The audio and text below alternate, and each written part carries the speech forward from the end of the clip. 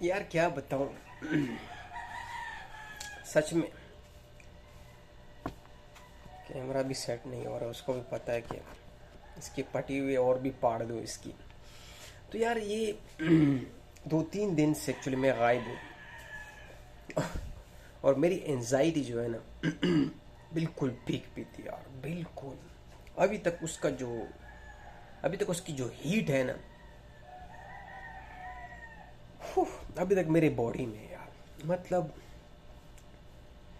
मैं इतना थक गया था ना यार, ओ माय गॉड। लाइक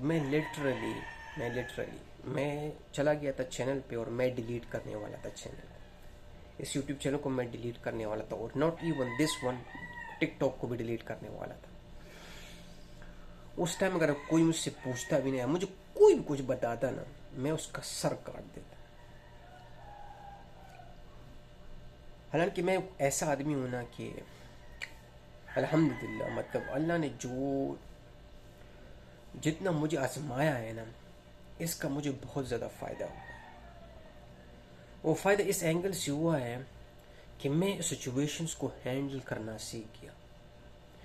बड़ी बड़ी प्रॉब्लम्स आई ना, मुझे समझ नहीं आती थी, लेकिन मेरे पास सिर्फ एक ही रास्ता होता था। यू नो, माई माइंड बोलता था कि भाई अब तू ख़त्म हो गया, यू आर नॉट एनी मोर।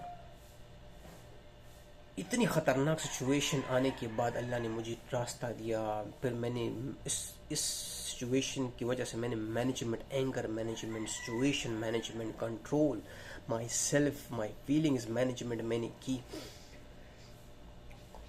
तो अल्लाह का बड़ा शुक्र है कि उसकी वजह से मेरे जो बहुत सारी चीज़ें थी ना मेरे लाइफ में, जो छोटी छोटी प्रॉब्लम आके ना, मैं रोता था, मैं चिल्लाता था, मैं बोलता मैं ख़त्म कर दूंगा, जॉब से रिज़ाइन कर देता रातों रात। मैं मैनेजर्स को मैसेज करता कि सर मैं कल से नहीं आऊँगा। इवन कॉन्ट्रैक्ट में ऐसा नहीं होता है, 1 महीना तूने काम करना होता है। मैं उसको बोलता कि भाई सर नहीं। तो फिर वो मैनेजर्स क्या क्या लड़ाइयाँ, क्या क्या लफड़े, बड़ा बल्ला ऑफ थिंग्स में मैं अपने लिए और वर्स करता था वो एक्सपीरियंस। और वही चीज़ मुझे समझ आई कि भाई इंसान जब एंजाइटी में, डिप्रेशन में होता है ना, सबसे बड़ी गलती तो आपको पता है वो क्या करता है। वो समझ रहा है कि मैं जब किसी को डांटूंगा, किसी को किसी को धक्का दूंगा ना, तो सुकून मिलेगा। हालांकि वो तुम अपने लिए इतना बड़ा गड्ढा खोद देते हो कि पहले ये सिर्फ तुम्हारी प्रॉब्लम थी, अब ये उस आदमी की प्रॉब्लम भी बन गई है। तुमने उसके लिए भी प्रॉब्लम क्रिएट कर दी, तो वो अभी क्या करेगा, वो गेट रिड ऑफ प्रॉब्लम करेगा। तो उसमें सबसे पहले नंबर तुम्हारा है, क्योंकि उसको पता है कि उसकी प्रॉब्लम क्या है, तुम हो। वो तुम्हें हटाएगा, वो तुम्हें निस्बो नाबूद करेगा। तो आई मीन बहुत गंदी चीज़ है। इसको सीखने का इसलिए मैं बोल रहा हूँ, इसकी वजह से मुझे बहुत ज़्यादा हेल्प मिली कि मैंने अपनी लाइफ को इस प्रॉब्लम्स में जब मैं गया तो मैंने उसको संवारा, मैंने उसको क्राफ्ट किया, तो अल्हम्दुलिल्लाह। लेकिन अभी जो मैं बोला 3 दिन पहले मैंने वीडियोस भी नहीं बनाए एक्चुअली। अब वीडियोस क्या बना, मैं सोच भी नहीं, मेरा दिमाग इतना, you can name it, a lot of problems, depression, social anxiety, मुल्क छोड़ा, कंट्री छोड़ी मैंने, इस मुल्क में आया फिलीपींस में, कोई सोच, कोई मतलब कोई बड़ा, मतलब एक बड़ा सा नेट होता है ना, एक सेफ्टी नेट, वो नहीं था, न सोचा था। बस आ गया और छलांग मार ली। तो मतलब फिर पैसों का डिप्रेशन, मतलब काफ़ी यार बहुत चीज़ें इकट्ठी हो गई। मैं बोल ना, मैं बहुत ट्रेन हूँ, कसम खुदा कि मैं फिर से बोल रहा हूँ। That is something which I am very happy कि अल्लाह ने मुझे इतनी ट्रेनिंग दी। तकलीफ़ों की वजह से मैं इतना ट्रेन हूँ कि मैं बोला ना, मुझे ये छोटी छोटी चीज़ें, पैसा नहीं है नो प्रॉब्लम, जॉब नहीं है नो प्रॉब्लम, डिप्रेशन है, लव रिलेशन में थोड़ी सी प्रॉब्लम आ रही, नो प्रॉब्लम। मतलब मैं ऐसा आदमी हूँ। लेकिन फिर मैं वही बोलता हूँ ना कि इंसान इंसान होता है। मैं एक इंसान हूँ, जो भी है, कमज़ोर तो हूँ ना, कभी कभी चीज़ों पे कंट्रोल नहीं हो जाता, ये रियलिटी नहीं हो तो कुछ भी हो। तो एक हमला मेरे पे हुआ। मतलब वो कहते हैं ना कि जब बंदा फंसता है तो सातों एरिया से, सातों रास्तों से, सारे 7 एंगल से ही वो फंसता है। तो सारे एक साथ मिल के आ गए मेरे दरवाजे पे, दस्तक दी। सुबह मैं उठा तो एक पे एक न्यूज़ आ रही है, एक पे एक हिट मिल रही है। ऊपर से फिर मैं इस पे भी स्ट्रगल कर रहा था। यू कैन नॉट से struggle, it's I am learning, but फिर भी इंसान को एक चीज़ होती है कि उसको चाहिए होते है कि यार मैं कुछ कर रहा हूँ, कुछ मिलना चाहिए ना, you know what I am saying. Like जिस तरह मैं बोलता हूँ कि एवरी एक्शन एवरी रिएक्शन,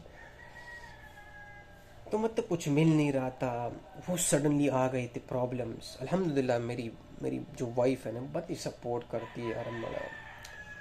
कभी कभी मैं उसको बोलता हूँ कि मैंने तेरे लिए इतनी कुर्बानी डाली कि उसने भी बड़ा सेक्रीफाइस किया है, तो उसने काफ़ी सपोर्ट किया। लेकिन आपको पता है ना कि फिर कभी कभी कुछ चीज़ें असर नहीं करती। तो मैं देख रहा था, मैं उस माहौल में देख रहा था कि यार हाँ यार, अगर मैं कुछ भी कर रहा हूँ ना, इट्स नॉट वर्किंग। मैं रिहर्सल कर रहा था, मैं अपने आप को दिमाग में बोला कि यार ये टाइम गुजर जाएगा।